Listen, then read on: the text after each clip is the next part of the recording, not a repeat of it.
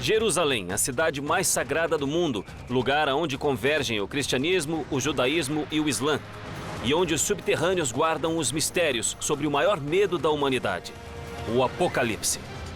Do santuário subterrâneo ao qual teremos acesso inédito, apenas muçulmanos podem entrar aqui.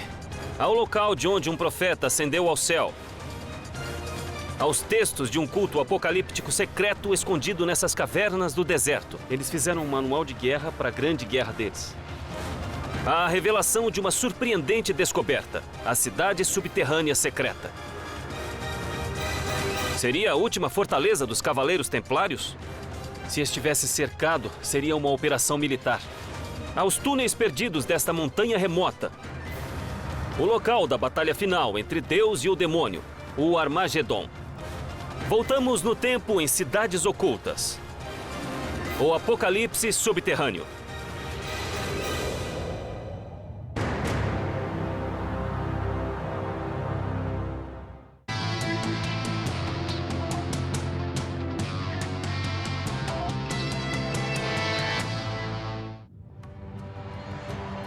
A crença no Apocalipse vem de milhares de anos atrás e corre o mundo todo. Desde a Mesopotâmia antiga, profetas falam de um fim violento e fantástico. A natureza destruindo a terra e a humanidade. Mas para muitos, estes são apenas os sinais da batalha final. Muitos acreditam que a instabilidade no Oriente Médio, a luta armada entre o Ocidente e o Oriente pelo controle de Jerusalém, é a batalha final prevista nas profecias. Catástrofes recentes, como os tsunamis na Indonésia, terremotos e mudanças climáticas extremas, são vistas como sinais do Armagedon.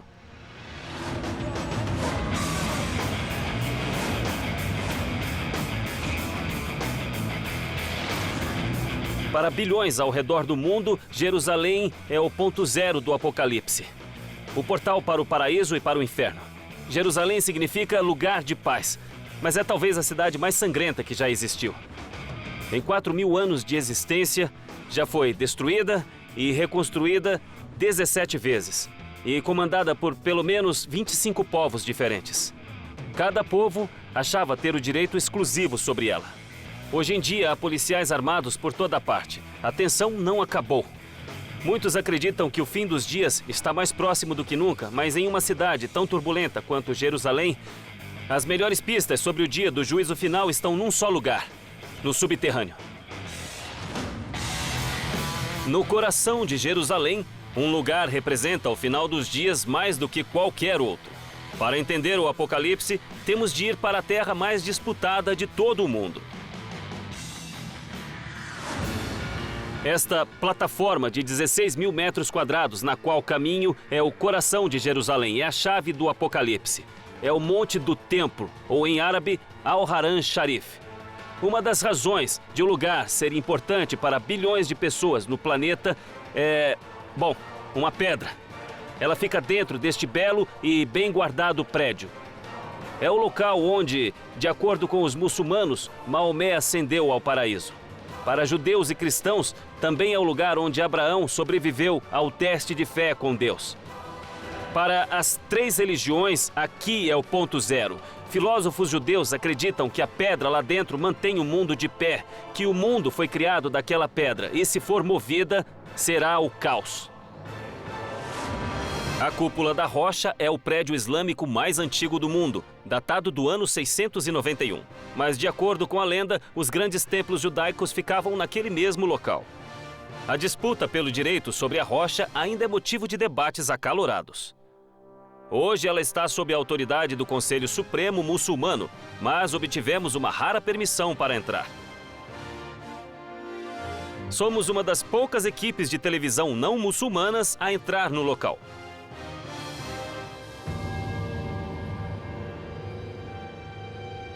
Olhem isso. Então, esta é a pedra. É a razão de ser desta cúpula. O local de onde Maomé ascendeu ao paraíso. Abaixo da pedra sagrada fica uma caverna natural, onde muitos muçulmanos acreditam que as almas aguardam o juízo final no dia do Apocalipse.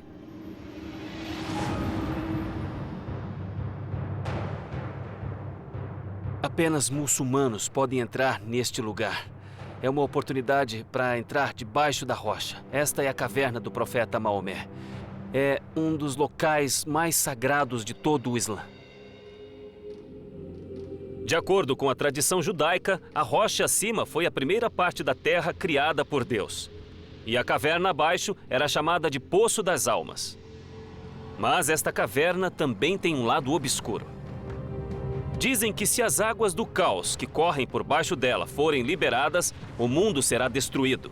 Acredita-se que as águas do dilúvio vieram daqui. Este é um local muito especial. Dá só uma olhada. Isso é que é subterrâneo, não acham? Mas este é apenas o começo da história. O local era tão sagrado para os judeus que muitos dizem que o rei Salomão construiu seu templo aqui. A construção e a engenharia foram tão avançadas que ele passou a representar o reino de Deus na terra. Construído há quase 3.000 anos, o Templo de Salomão foi a glória do povo judeu.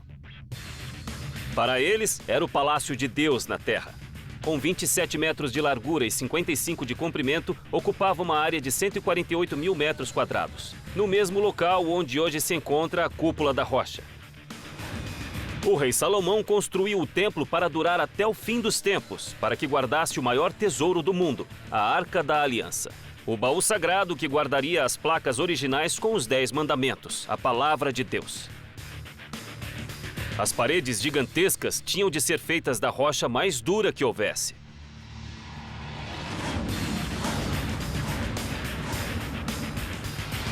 Segundo a lenda, este lugar foi a pedreira usada pelo rei Salomão na construção do templo. Eu vou conversar com um homem que passou a vida investigando a história secreta de Jerusalém. Meu guia, Moishe Maus, vamos nessa. Me levou para as profundezas de Jerusalém.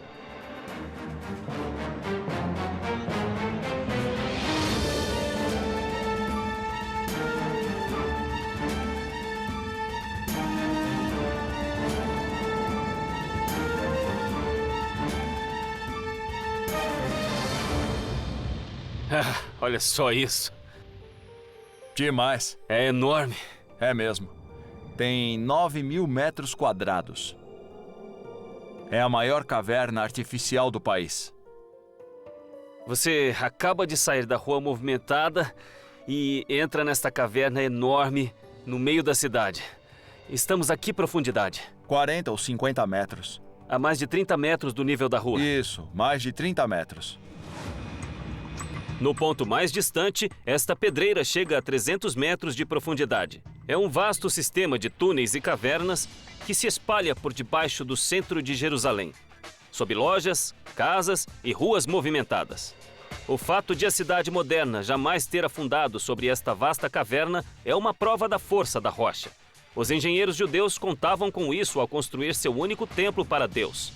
Há 3.000 anos, as enormes pedras retiradas daqui podem muito bem ter sido usadas na construção do Templo de Salomão. Então, isso aqui é... Como pode ver? Dá para ver o corte. Isso, são marcas. Nós estamos vendo onde os blocos do templo foram retirados. Isso. Dizem que 70.000 homens trabalharam aqui, retirando várias toneladas de pedra para construir o Templo de Salomão. Mas em 586 a.C., quase 400 anos após a construção, o templo foi destruído na invasão dos babilônios. O rei Zedequias da Judéia tentou escapar de Jerusalém por estes túneis. Eles acreditavam que de alguma maneira havia uma passagem secreta que ia até Jericó. Mas Zedequias não conseguiu escapar. Ele foi capturado e torturado pelos babilônios. Mataram os 2 filhos diante dos olhos dele. Depois, arrancaram seus 2 olhos. Isso foi horrível. No final da batalha, os babilônios humilharam e mataram o rei da Judéia. Saquearam a cidade e mataram 100.000 pessoas, escravizando o restante, exilando-os na Babilônia. E o pior de tudo, destruíram o templo. Para o povo de Jerusalém, esse foi o primeiro apocalipse. A destruição de tudo que era sagrado para os judeus. Quer dizer então que esse foi o início da ideia de apocalipse? Foi de sim. que as coisas acabavam? Nas profecias do Apocalipse, fala-se das guerras do futuro. entre a luz e as trevas. O Armagedon, seja lá o que for, ele deve mudar o futuro. Sei. O Apocalipse. Então quer dizer que essa ideia isso. nasceu aqui, foi isso? Exatamente. Ah, é fantástico.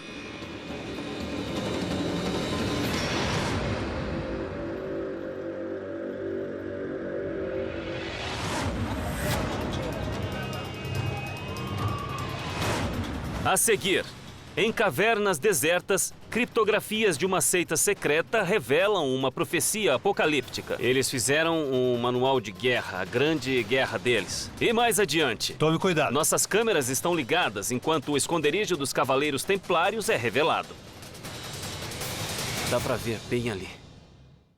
Por milhares de anos, os templos judaicos foram construídos de forma que se rezasse na direção do Muro das Lamentações, em Jerusalém.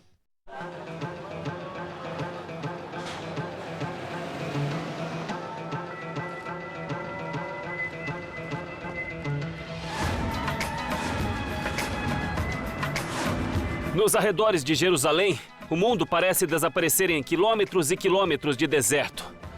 É um terreno muito árido e muito quente. É infértil até onde a vista alcança. Aqui, segundo a Bíblia, Jesus lutou contra a tentação do demônio. Parece mesmo os confins da terra. E para muitos, significava o fim do mundo. De fato, algumas das primeiras provas sobre o Apocalipse estavam enterradas naqueles morros.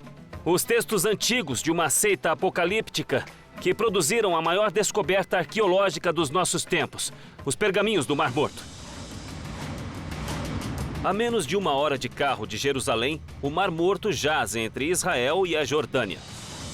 Mais de 390 metros abaixo do nível do mar, suas praias são os pontos mais baixos da Terra.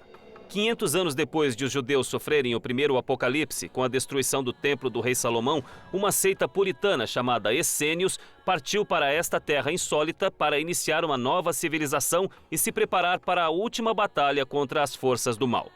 Seus pergaminhos perdidos são os documentos bíblicos mais antigos já encontrados e revelam as profecias mais aterradoras sobre o Apocalipse, previsões que anteciparam sua própria destruição. Muitos dos pergaminhos eram cópias de antigos textos judaicos, como a cópia manuscrita mais antiga dos 10 Mandamentos. 2 grandes forças cercavam os essênios, os partenos e os romanos. A ameaça constante de guerras ficou evidente em 2 manuscritos. O Livro dos Gigantes fala de um grupo de demônios soltos na Terra que gerou uma raça de gigantes que aterrorizava a humanidade. E o manuscrito da guerra descreve uma grande batalha que os essênios veriam em breve e que poria um fim ao seu mundo. Mas não eram apenas versos em código. O manuscrito da guerra era um manual de campo para o Apocalipse, a história de uma guerra escrita anos antes de ser travada. Este aqui é o Abner Goren, um arqueólogo israelense que vai nos levar até o local onde os manuscritos do Mar Morto foram descobertos, bem perto daqui. Por que os essênios escolheram esta parte do mundo? O lugar oferecia algumas coisas que eles buscavam. Uma delas era estar longe da sociedade, de áreas abertas e de áreas cultivadas. O deserto sempre representou a pureza. O deserto sempre representou a natureza como Deus a criou no início. Os essênios eram radicais. Acreditavam representar a visão mais pura do judaísmo. Achavam que os judeus de Jerusalém haviam sido corrompidos pela decadência do Império Romano, que dominava a região com punho de ferro. No século I, os essênios se mudaram para cá e construíram a primeira cidadela chamada Qumran. Aqui se defenderiam contra os poderes do mal e sairiam vitoriosos na batalha final, o Apocalipse. Vivendo em sua fortaleza isolada, os essênios escreveram cerca de 900 rolos de pergaminhos ao longo de 200 anos. O local remoto e seco ajudou a preservá-los por 2000 anos. Quando foram encontrados, reescreveram a história. Tome cuidado, é estreito e escorregadio. Se escorregar, é uma queda de 300 metros. Muito cuidado. Nossa, como isso aqui é frágil. A paisagem parece prestes a se desmoronar. E esta é a caverna onde os manuscritos foram encontrados. É fantástico. Bom, vamos tomar cuidado para entrar na caverna. A entrada, no momento, está proibida porque eles estão tentando preservá-la. Claro.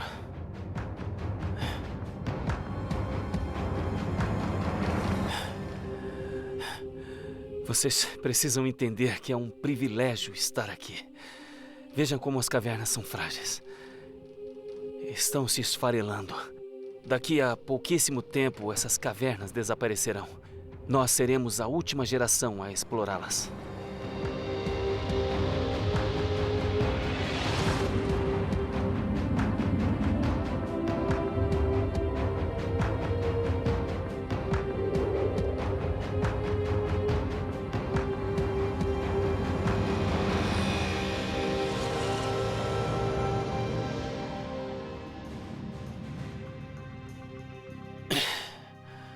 Aí está. Então foi aqui onde encontraram os manuscritos? É isso mesmo. Não todos, mas a maioria. E esta é uma de quantas cavernas? 11 cavernas continham os manuscritos. Foi tudo feito pelos essênios? Isso mesmo. Era onde eles passavam a noite. É literalmente uma residência? É isso mesmo. Uma residência só para pernoitar. Hoje as cavernas estão abertas na face da montanha, mas no século I seria bem diferente.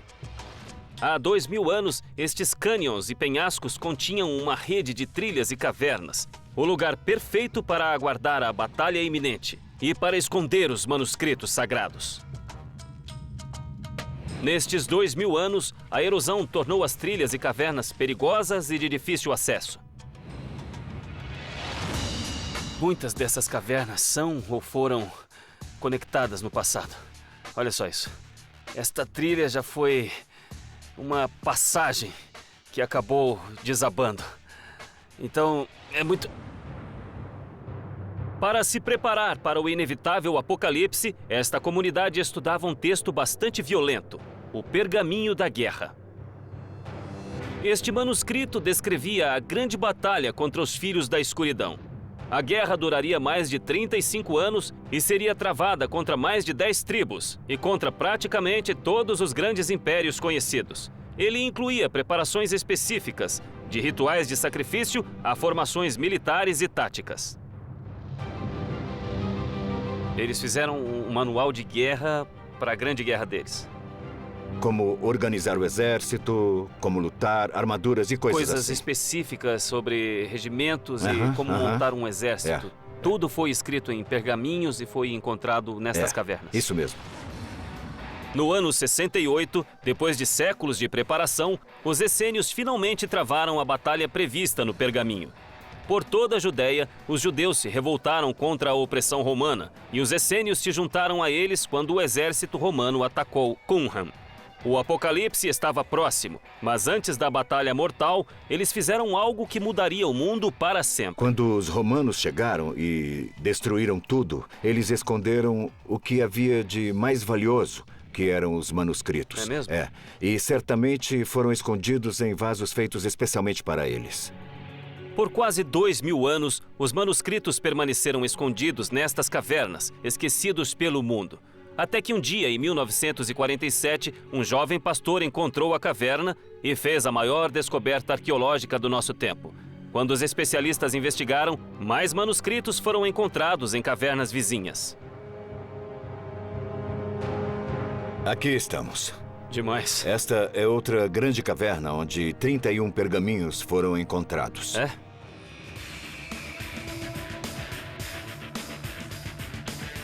Dá para ver a escavação principal. Deve ser onde encontraram os pergaminhos enterrados. E a trilha continua lá atrás.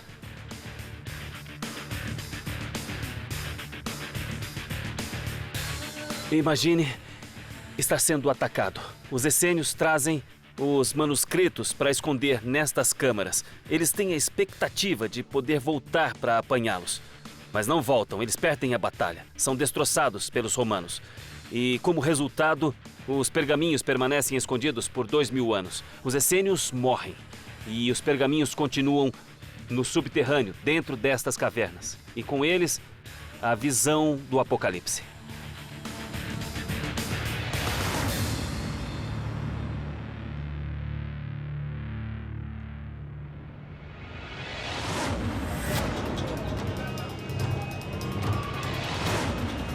A seguir, pela primeira vez na televisão, os segredos escondidos e a última fortaleza dos Cavaleiros Templários. Uma passagem de 1000 anos logo ali. E ainda, o subterrâneo da batalha final, o Armagedon. É aqui onde a batalha entre o bem e o mal aconteceria. Este é o lugar onde a batalha final, o grande dia de Deus, iria acontecer. A Bíblia é o livro mais vendido no mundo. Mais de 50 cópias são vendidas por minuto. Também é o livro mais roubado.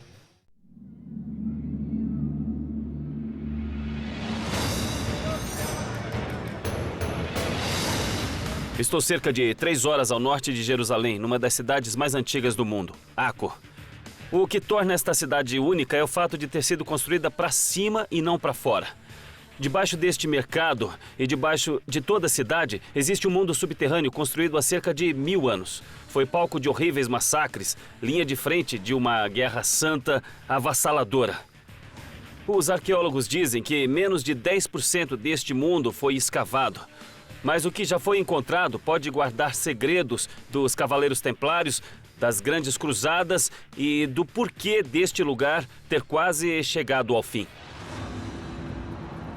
No século XI, cavaleiros cristãos de toda a Europa juraram aniquilar os muçulmanos, considerados infiéis, e os expulsaram da Sagrada Jerusalém. Para os dois lados, não era apenas uma guerra de poder, era uma guerra sagrada. A batalha final entre as forças do bem e do mal. Para os cavaleiros, o bem era o cristianismo e o mal, os infiéis muçulmanos. A retórica apocalíptica do Papa Católico instigava os cavaleiros europeus a matar os muçulmanos, a maior ameaça ao cristianismo. Mas controlar Jerusalém significava conquistar sua cidade portal, Acco. Em 1104, os cavaleiros cristãos conquistaram Acco, atravessando a terra sagrada e massacrando dezenas de milhares de muçulmanos, judeus e descrentes. Tudo na tentativa de tomar Jerusalém para o dia do juízo final, o Apocalipse. A cidade foi dividida em partes, cada qual controlada por cavaleiros de diferentes ordens. A Teutônica, ao leste, a Hospitaleira, ao norte, e a mais poderosa de todas, a Ordem dos Templários, ou Cavaleiros Templários, ao sul, onde controlavam o acesso ao porto. Conversei com o arqueólogo-chefe de Acco, Eliezer Stern.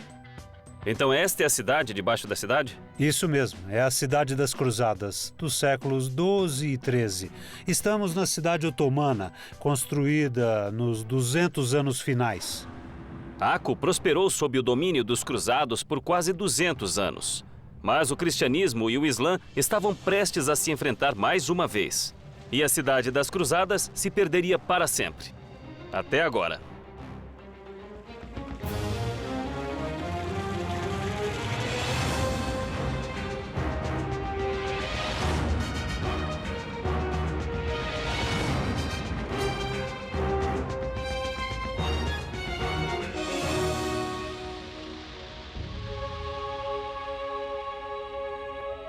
Nossa.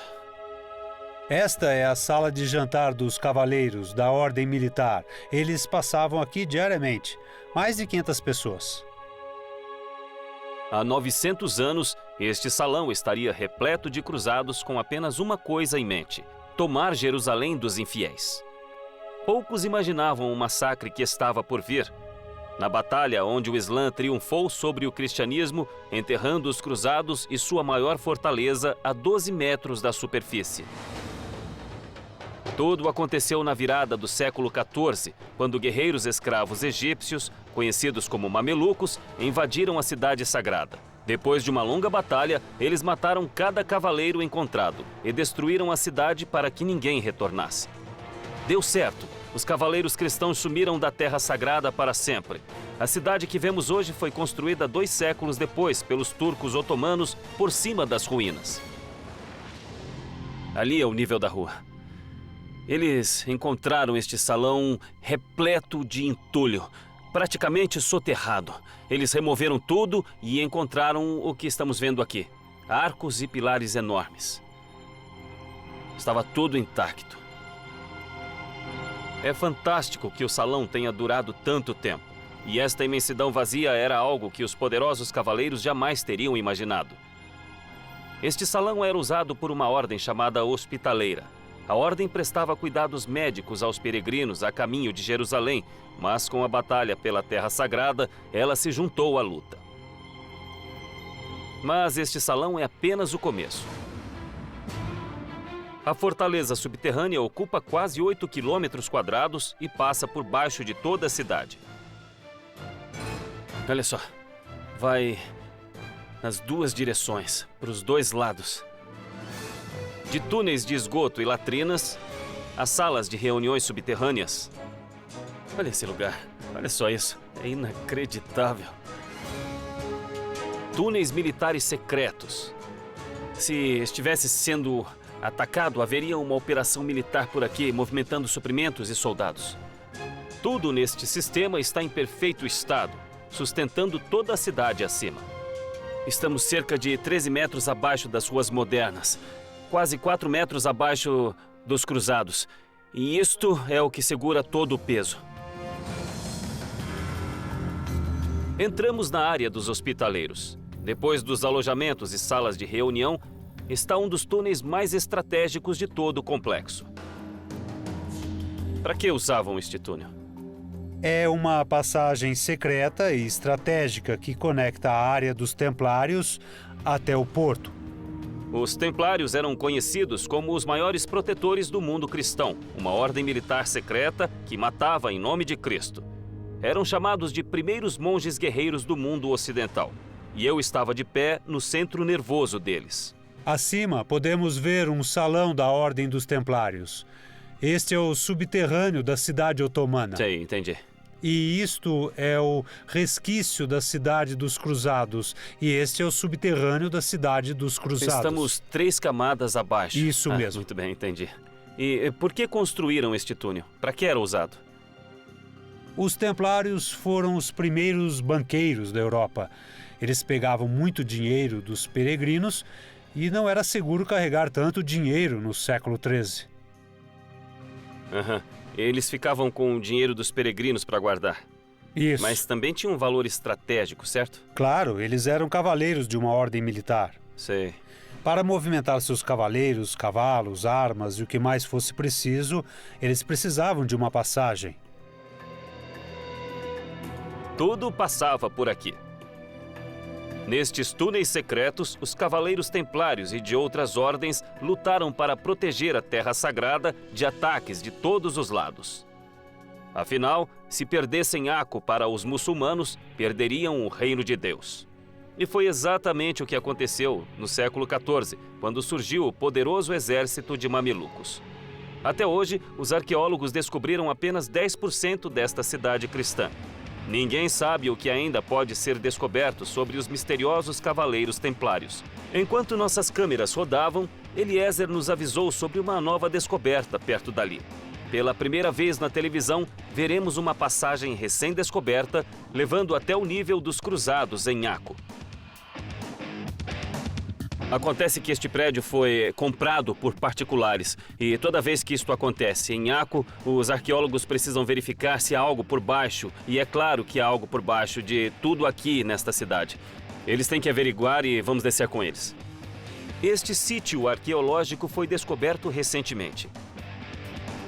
Eliezer acredita que esta estrutura era parte do enorme complexo dos Cruzados. Teria sido usado como refúgio secreto dos lendários Cavaleiros Templários? Muito bem, estamos no nível otomano. Tudo bem. E tem uma passagem muito pequena aqui, descendo até o nível dos Cruzados. Olha só isso, que legal. E você pode ver que está repleto de lixo e tudo mais. Podemos descer? Tome cuidado.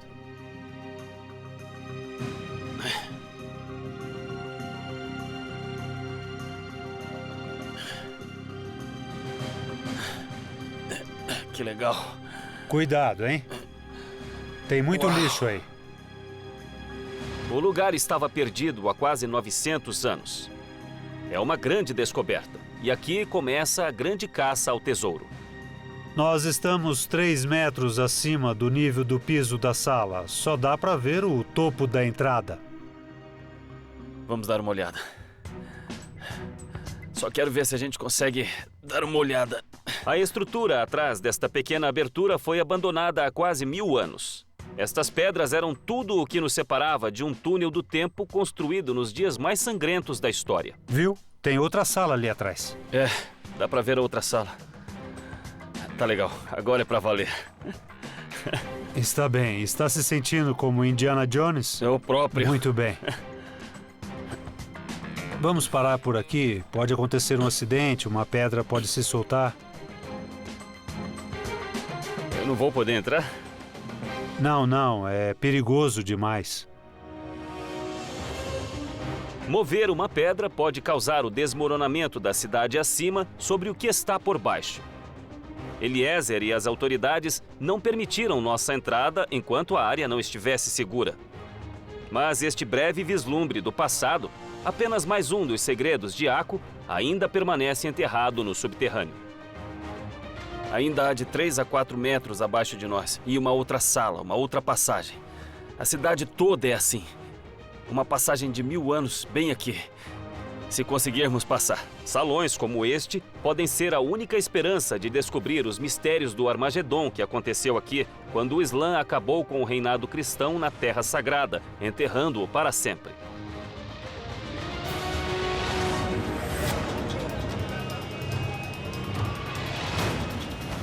A seguir, seria esta a caverna sagrada de João Batista? Talvez você esteja colocando o pé onde João Batista colocou o dele. E mais adiante, o mundo subterrâneo do Armagedon. A montanha de Megido, Armagedon. Bem acima das nossas onde cabeças. estamos. É bem aqui? É onde estamos. É fantástico. Sexta-feira 13 é dia de azar porque nesse dia, em outubro de 1307, milhares de templários foram torturados e executados.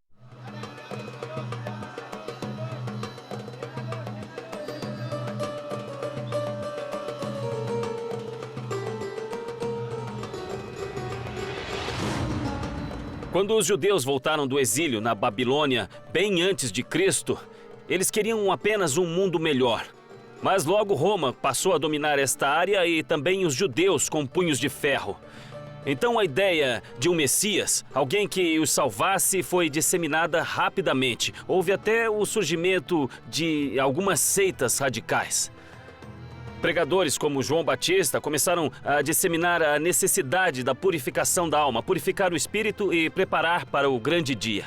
Porque ele estava convencido de que o final de tudo estava prestes a acontecer.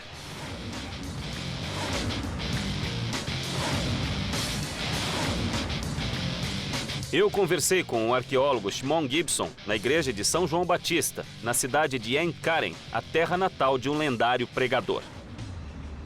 Em março de 2000, Shimon descobriu uma caverna que acredita ter sido usada em rituais de batismo por João Batista.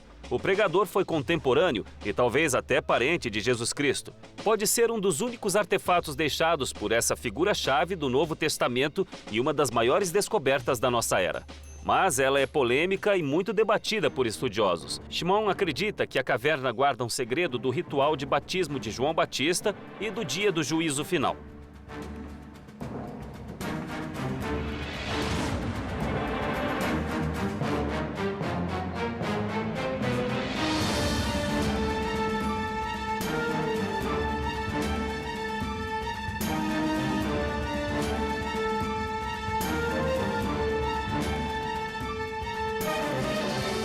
Nossa, mas isso aqui é fantástico. Foi você mesmo que descobriu? Foi. Fui eu que escavei.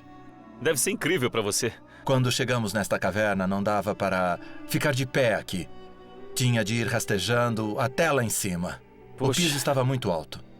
Shimon descobriu a caverna quando um habitante local encontrou uma pequena fenda no morro. Shimon investigou e logo ao entrar suspeitou que fosse a caverna de João Batista, na época coberta de detritos. Mas como pôde a caverna de um homem tão reverenciado, até hoje considerado profeta por muçulmanos e cristãos, desaparecer durante séculos? A caverna data de 800 a.C., quando a encosta foi perfurada para acessar uma nascente. Durante séculos, a nascente fora usada por judeus como mikvah, ou banho sagrado. Por volta do século XI, a caverna foi abandonada. Ao longo dos anos, as chuvas invadiram a caverna, preenchendo-a de sedimentos até 2000, quando Shimon e sua equipe descobriram pistas misteriosas sobre o ritual peculiar do famoso pregador judeu. Muitos dizem que isso foi entalhado na pedra. Mas é só quando tira o sapato e coloca o pé nele que você percebe. Todos os céticos que disseram que foi entalhado, quando peço para colocarem o pé aí, eles se convencem na hora. Vamos experimentar. Qual é o seu número? É 40. Nossa, coube certinho. A forma tamanho 40 é ideal para a cerimônia de batismo praticada por João Batista. Os judeus usaram a caverna para os rituais de banho por séculos, mas o batismo de João não limpava o corpo para a oração. Ele usava a caverna para purificar a alma para o dia do juízo final. O pregador conhecido como João Batista era contemporâneo de Jesus, mas já fazia seus vigorosos sermões bem antes de Jesus ser conhecido. Ele atraía muitos seguidores, condenando a hipocrisia da elite judaica, principalmente o rei Heródoto. Ele fazia os batismos no Rio Jordão e avisava que o Messias viria em breve. Deixa eu mostrar a você como era feito. Alguém se agachava aqui e azeite era derramado sobre seu pé, o seu pé direito. Isso significava que já estava batizado, estava ritualmente preparado. Você pode estar com o pé onde João Batista colocou o dele. Fantástico. Outras pistas levaram Shimon à sua polêmica teoria. A caverna fica perto de onde João Batista nasceu, e no poço de batismo ele descobriu vários desenhos primitivos e símbolos, possíveis conexões com o pregador do século I. Vem aqui em cima. É um pouco escorregadio, mas... Eu posso subir aqui sem problemas? Pode. Dá pra ver a figura completa. Este é o João Isso Batista. mesmo. O importante é que está usando esta vestimenta de pelos. Sabemos pelo Evangelho que ele usava roupas feitas de pelo de camelo. Na parede oposta, outros símbolos associados a João Batista foram encontrados, incluindo seu cajado e 3 cruzes, entalhadas ao longo dos séculos. Shimon acredita que 1000 anos depois da morte de João, cristãos vieram aqui para honrá-lo, deixando estes desenhos rupestres. Se é do tempo de João Batista, é do tempo de Jesus. É possível dizer se Jesus já esteve aqui? Está no Evangelho. Jesus já supervisionou batismos. Por que não numa caverna associada aos rituais de João Batista? Talvez um dia encontrem alguma prova. De acordo com o Evangelho, João batizou Jesus e imediatamente o reconheceu como o Filho de Deus. João tinha certeza de que o novo mundo havia chegado. A ideia é ser batizado para se preparar para a chegada do Messias que virá antes do final dos tempos.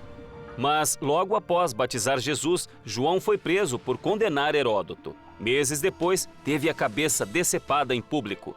João Batista não chegou a ver cumprida sua profecia sobre a vinda do Messias.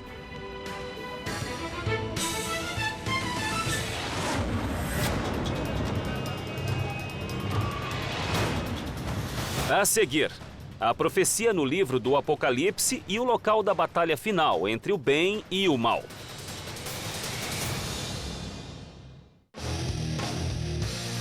A palavra cruzada significa a guerra da cruz.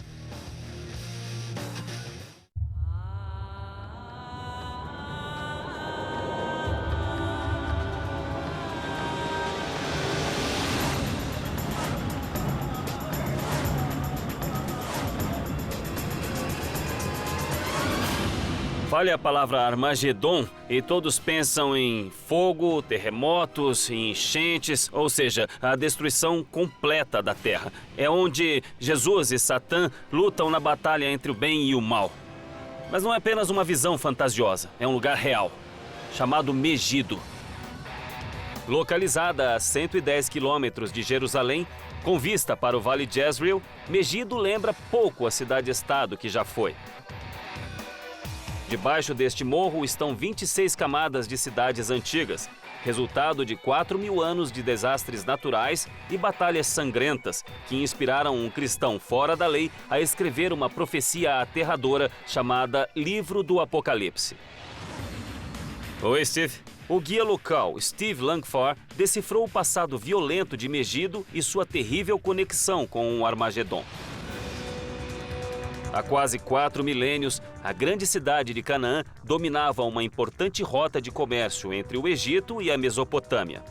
Por causa da relevância estratégica, Megido vivia sob ataque, desde 4.000 anos atrás até seu misterioso abandono no século IV a.C. Uma das maiores batalhas aconteceu há cerca de 3.500 anos entre os egípcios e o povo de Canaã. Um pergaminho egípcio que descreve a batalha é o primeiro documento escrito sobre uma batalha na história. O faraó Tutmós III, na primeira batalha da qual temos registro, em 1468 a.C., escreveu que a tomada de Megido vale a tomada de 1.000 cidades. O problema de Megido e de outras cidades era que a nascente não ficava dentro da cidade, ficava no pé da montanha, do lado de fora. Se estivesse sob ataque e o inimigo tivesse acesso à nascente e você não, seria um problema. Claro. Da primeira batalha documentada há 4.000 anos à batalha final do Armagedon, a água foi e sempre será vital para a sobrevivência da cidade. A nascente que abastecia Megido ficava longe da cidade. Se estivesse sob ataque, o exército local poderia ficar sem água. No século IX a.C., os engenheiros descobriram uma solução: um túnel aquático de Megido, uma fantástica obra de engenharia construída com ferramentas de ferro.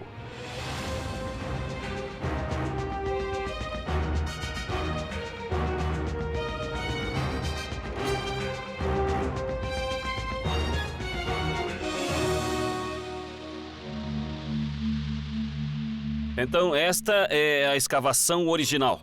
Sim, é isso mesmo. Este é o poço que cavaram direto na pedra. Nossa, olha só isso. Eles tinham uma escada em espiral. Aqui onde estamos.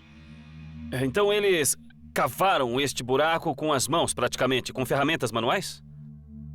É isso mesmo. Era o que tinham. Estavam determinados a fazer isso. E a necessidade é mãe da invenção. Tem razão. Deste poço de 30 metros, eles cortaram um túnel horizontal na pedra, passando por debaixo dos muros da cidade. Os engenheiros ligaram o túnel diretamente à nascente. No século IX a.C., depois de numerosos ataques, Megido finalmente conseguiu uma fonte segura de água subterrânea. A cidade estava pronta para a batalha final. Quer dizer, então, que todas tentaram atacá-la por milhares de anos? É isso mesmo. É parte da história. Você pode notar muito bem a semelhança que existe nos sons de Megido e Armagedon.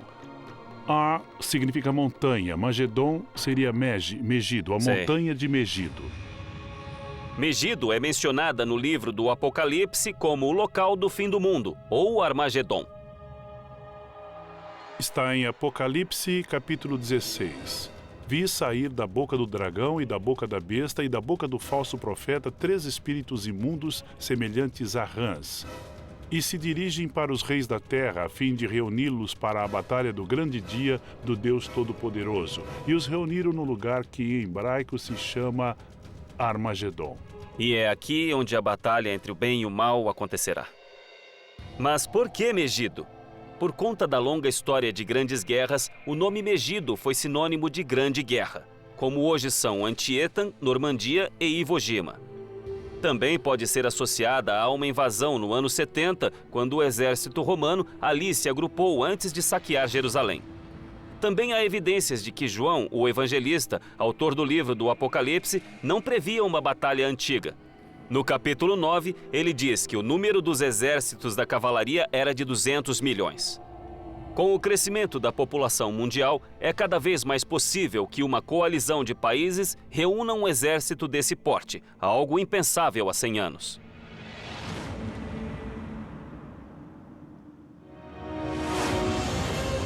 Há milhares de anos, Jerusalém é palco das maiores batalhas do mundo.